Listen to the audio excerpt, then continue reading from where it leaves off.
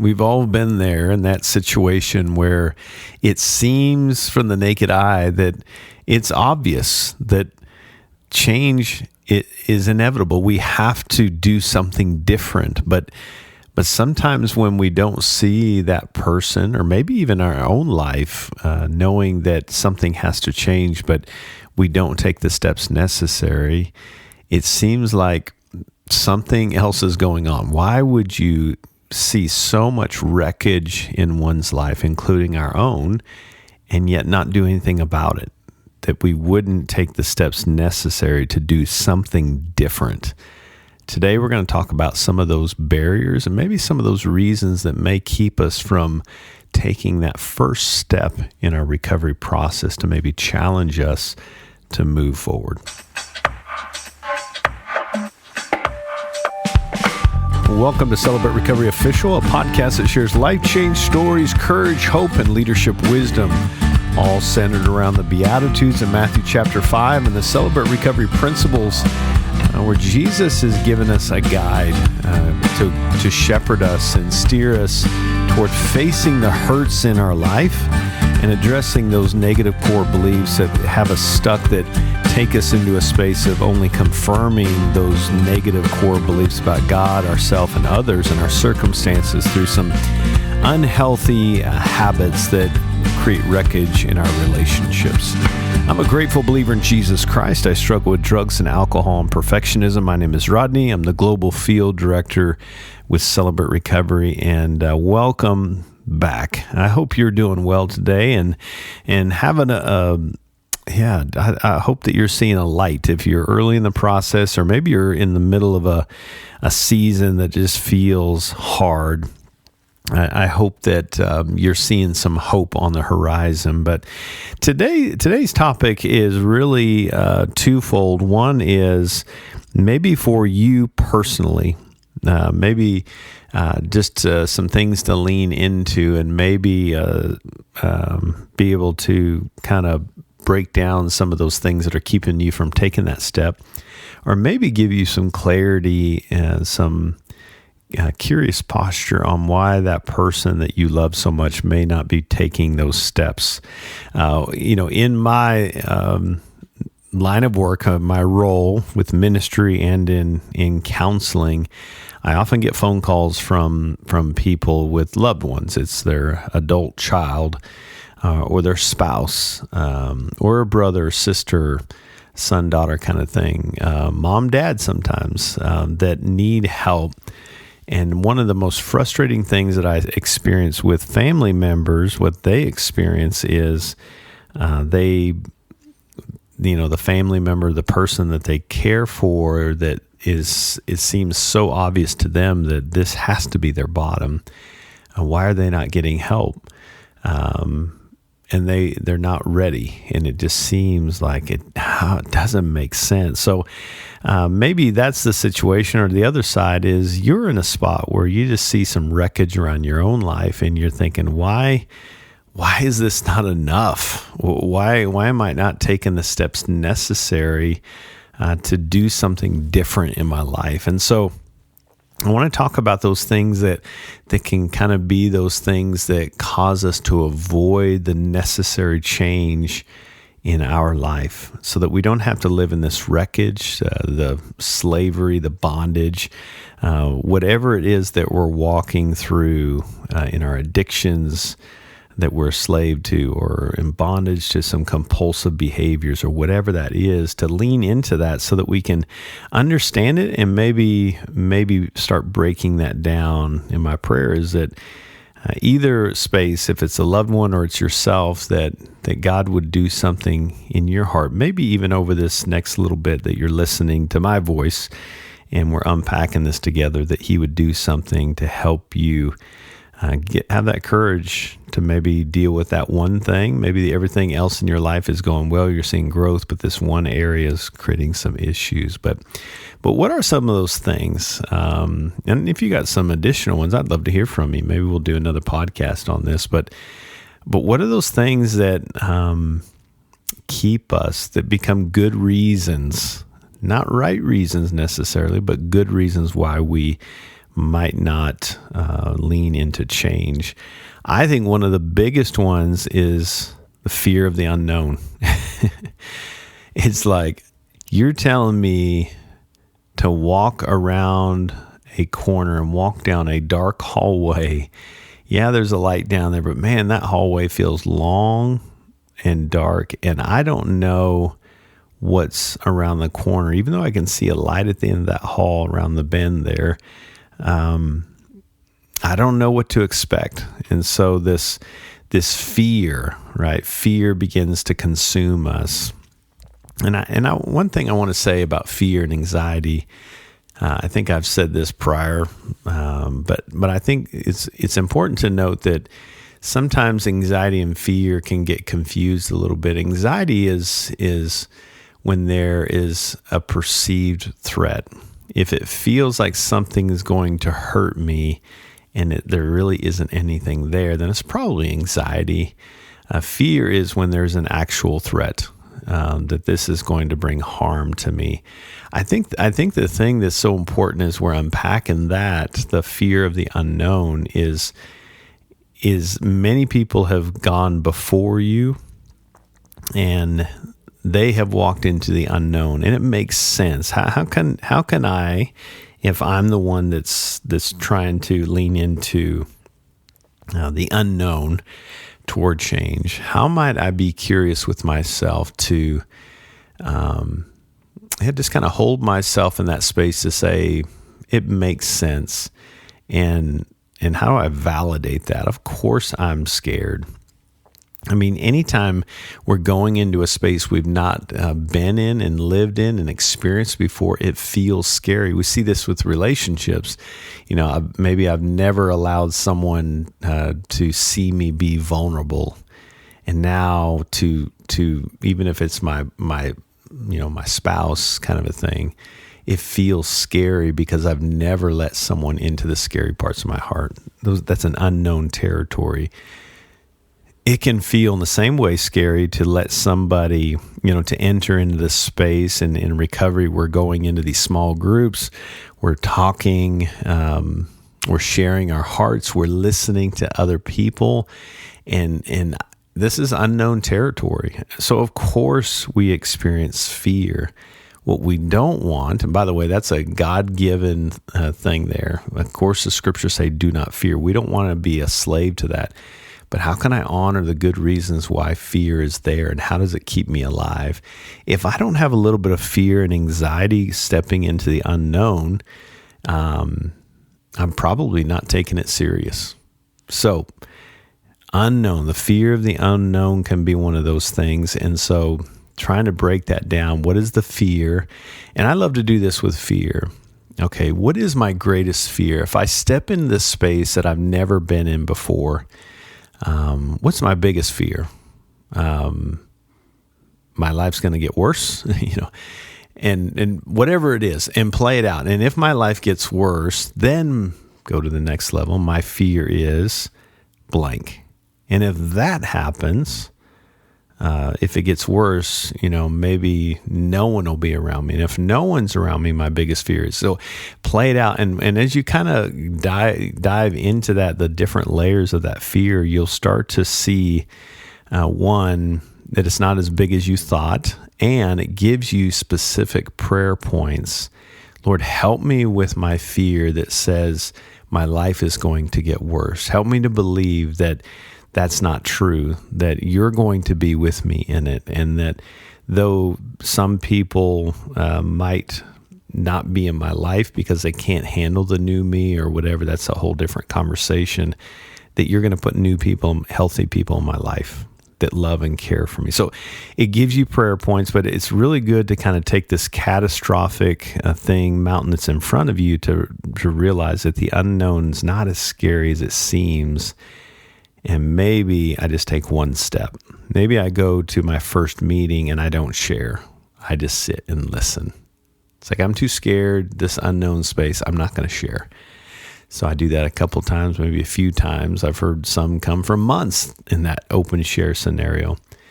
And then as God gives me courage in this new familiar territory that used to be unknown, then maybe I take a risk. I'm going to share no more than 5 words or 10 words, or, put some parameters around it to kind of step into that. So fear of the unknown, it makes sense. How can I honor the fear, but also not let it control me? Because it's keeping me, freedom is becoming who Christ has called me to be. And if fear is keeping me from becoming who Christ has called me to be in this thing, that fill in the blank, whatever your thing is keeping you from that, I don't want that to keep me from becoming who Christ has called me to be. That I want to walk in freedom. I think the second thing, as I was chewing on this, is the familiarity. I get comfortable with the familiarity, or the familiar things around me. It's fascinating. I've shared this before, but I think it's so appropriate. When you think of there's a movie where a guy's stuck on an island, and he's been living on this island for 4 years by himself after a plane crash, right? You probably know the movie I'm talking about. And he finally, after many attempts, was able to build a raft. And he, the biggest problem was getting over those big waves. And they kept crashing him back into the beach. And he finally built a raft that would get him over the wave. And so the wave, ginormous wave, he gets over the wave, and he's into settled water, and he's getting further away from this island that he's been living on. And he looks back at the island, and you can just see these moments of grief. It's like, wait a minute, dude. That place was miserable. In fact, in the movie, he even tried to take his life. That's not a good place to live. And yet, because it was familiar, sometimes the familiar, even if it's miserable, becomes better than what we can't see over the next wave. So are there some things that you've become comfortable with and familiar with, although miserable with, that are keeping you from going over that next wave in your life? Those can be some things that can keep us stuck on that island and in a bad space. I think an additional one would be uncertainty about outcomes. Now, in recovery, we're real careful to say, remind folks that coming into this process does not guarantee that our circumstances are going to change. And that can be a little bit discouraging, right? What we do know, though, when we step into this space is Jesus will meet us in it, and he puts people in our life. I can imagine I don't have time to go into some of the big things that even just this year, in the first 4 months of 2024, that me and my family have gone through. I can't imagine going through that without the people in my life. The circumstances are still hard in life because we live in a broken world, but it doesn't mean that everything gets put back together perfectly. But what it does know and helps us understand is that God is going to shepherd us and heal us in unique and beautiful ways, and shepherd us in unique healing ways specific to our heart and our life. And though the outcomes may not be exactly what we want, we can bring those longings and hopes to him, and we don't have to cut that off. The thing is, we don't know what he's going to fulfill.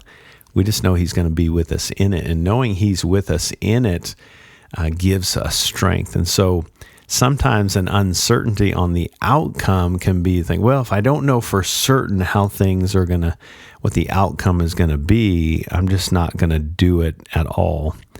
And, that can be understandable, because we want in our minds, we think with our minds, I want to do this knowing exactly what the outcome is going to be. And if I can't be 100% certain that outcome, I'm not doing it at all. And what we end up doing is robbing ourselves of some incredible benefits through the process as we invite Jesus and others into that. Hey, I'm going to take a quick break, and when we come back, we'll continue this conversation. Stick with me. I'll be right back. Hey friends, we are so excited about the growing population on our online meetings.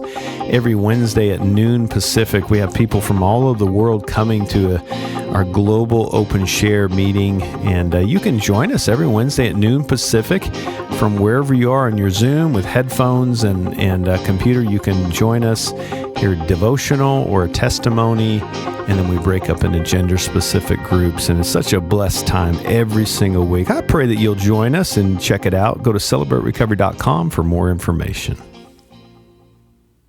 Welcome back. Right before the break, just tying up that bow on the uncertainty of outcomes. And again, you're going to hear me say this a lot. How could I validate that? Of course, you want this to go this way. And you want certainty in that. But one of the first things we learn in recovery is that there is a God and we're not it. And we can't manufacture our healing in this process. It's a gift from God. And though we have uncertainty in the outcomes, one thing that is certain is we won't be alone in it. And He will strengthen us. God will strengthen you through the process, no matter what space you're walking through in this season. So, but being aware of the uncertainty about the outcomes can be something that can keep me from moving forward. And we just have to be aware of that because it's keeping us from becoming who Christ has called us to be. What are some things we can be certain about? I'm going to meet new people. I'm going to have a safe space to talk about my hurts and struggles in life. I can be certain that God is going to give me hope in the midst of the uncertainty and the chaos and the storms, that I'm never going to be alone. Though I may feel lonely right now, I can make a choice to invite other people and God into that. So maybe focus on what are the things can I be certain in this, that I won't have to drown out my sorrows with this thing, this escape coping mechanism, whatever that is. I think another thing that keeps us in avoidant posture is it kind of ties in with the comfort with the familiar, but it's a reluctance to leave our comfort zone. I don't know if you can recall some of your most significant growth seasons in your life. Maybe take a second. If you have to pause this, give it some thought. What's something that has caused the most growth in your life? Those seasons you think, man, that's where I did a lot of growing. I would bet, which I'm not a betting man, but I bet a lot on the fact that there's probably some struggle and some pain and resistance in that season. And a brother of mine was just talking about this. So he started going back to the gym, and he's like, man, my muscles for a couple days were just screaming at me. And in my mind, I'm like, why did I go back to the gym? And it makes sense. Like, well, yeah, that was painful. You were kind of comfortable. But what's happening at that gym is there's actually a tearing of the muscle. And spiritually, that applies the same. There's a tearing of the old, which forces us out of our comfort zone. And in that comfort zone, though it feels right, it kind of ties with that comfort with the familiar. But that comfort zone can kind of be a little bit misleading because if we're being honest, it feels good just to kind of lay around and eat junk food. The effects of that, though, are not good. It's kind of the difference between acute pain and chronic pain. Acute pain is in that space of the gym. You're tearing the muscles, you're growing, and it grows them back together, and they get stronger and bigger, and it helps you to be stronger, to be able to take steps with more strength, et cetera, et cetera. So, but if I don't do the acute pain, then I develop chronic pain. Another way of saying that is living in misery. And so that reluctance to leave our comfort zone keeps us in our misery, and we have chronic pain and chronic misery. In this world we have suffering. I think it was Peterson that said, if we're going to have suffering, but if you want to have less suffering, confront it. If you want to grow your suffering, we can actually have the ability to add to our suffering, believe it or not, avoid it. And so this reluctance to leave our comfort zone is saying, I'm going to avoid this at all costs. And so we have this reluctance to leave our comfort zone. So beware of the difference between the chronic pain that you're living in that feels comfortable right now, but will lead to chronic pain. And what's the acute pain that I can walk through that will ultimately lead to strength? And in this season, God's going to do the most growing that you probably have ever gone through in your life. And so being aware of the reluctance to leave their comfort zone or your comfort zone, it's important to be aware of that might keep you from taking that step to live out God's calling for your life. And the last one is around concerns about potential risks or losses that are associated with the change that we're stepping into. So risks. What are the costs? What are the risks? What are the losses that I could incur in this space? Now, it sounds interesting to say that out loud, but here's kind of a scenario with that. We go into these relationships, this new community, and if we're walking into a new community, oftentimes we're walking away from an old dysfunctional community. Maybe it's a community that we always went drinking with or partied with or, did inappropriate things with or whatever that is. And sometimes it's not even changing the relationship, it's changing the way the relationship is. That we don't know how to function in this relationship if we're not doing that. We have a poor definition of God's design for this because we've been, carrying out the enemy's definition of this, and whatever your this and that is, you know what I'm talking about. But with relationships, we're walking away from things in which we have to guard our people, places, and things. Is like, what are those things that, like, well, am I going to have any friends? What if I don't have anybody that wants to hang out with me because I'm just kind of this weird spiritual person now? And, we buy into those lies that you can't have fun when you're in recovery. You can't have fun as a believer who walks with Christ. And all those are lies that the enemy throws at us in that space. But we're trying to understand that, okay, again, can I honor that it feels risky? Because the fear is those people love me. No one will love the real me, because with those other people, I was masking and coping and putting up these facades. No one's going to love me. By the way, that's shame in that. So it feels risky. It feels like there's going to be a high cost in this space. And so that makes sense. But here's what I want to tell you is the enemy will try to keep you in that hiding, covering up. That's the enemy's strategy, hiding and covering up. Jesus is about bringing things into the light. And here's the only thing I can say. When we bring things into the light, it allows them to grow. It allows new nutrients, new sunlight to come into that space where it can be given life to grow and be nurtured with healthy rain and sunshine and all those things in that space. When we enter into the recovery space, is we're allowing new things to grow. I used this example before, but if you got on, think of the highway locally there for you. Here it's I-49. There's a intersection from one exit to the next. If they block those two exits off and nobody could drive on that little stretch of road, what do you think would happen? Well, in that concrete, eventually grass, weeds, sometimes trees, new stuff would come through that concrete because nothing is driving on it. Anytime there's something driving on the pavement, it kills anything that's going to come through because there's constant activity on it.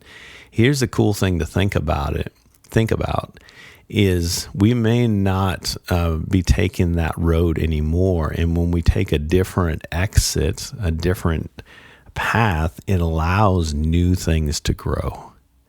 And that's exactly what God is wanting to do in your life. That it feels concerning. There's risks here. There's losses that are associated with the changes I'm making in my life, right? What will I do with my weekends now? And what kind of movies will I watch now? What kind of friendships will I have? Will I enjoy life anymore? And here's what I found.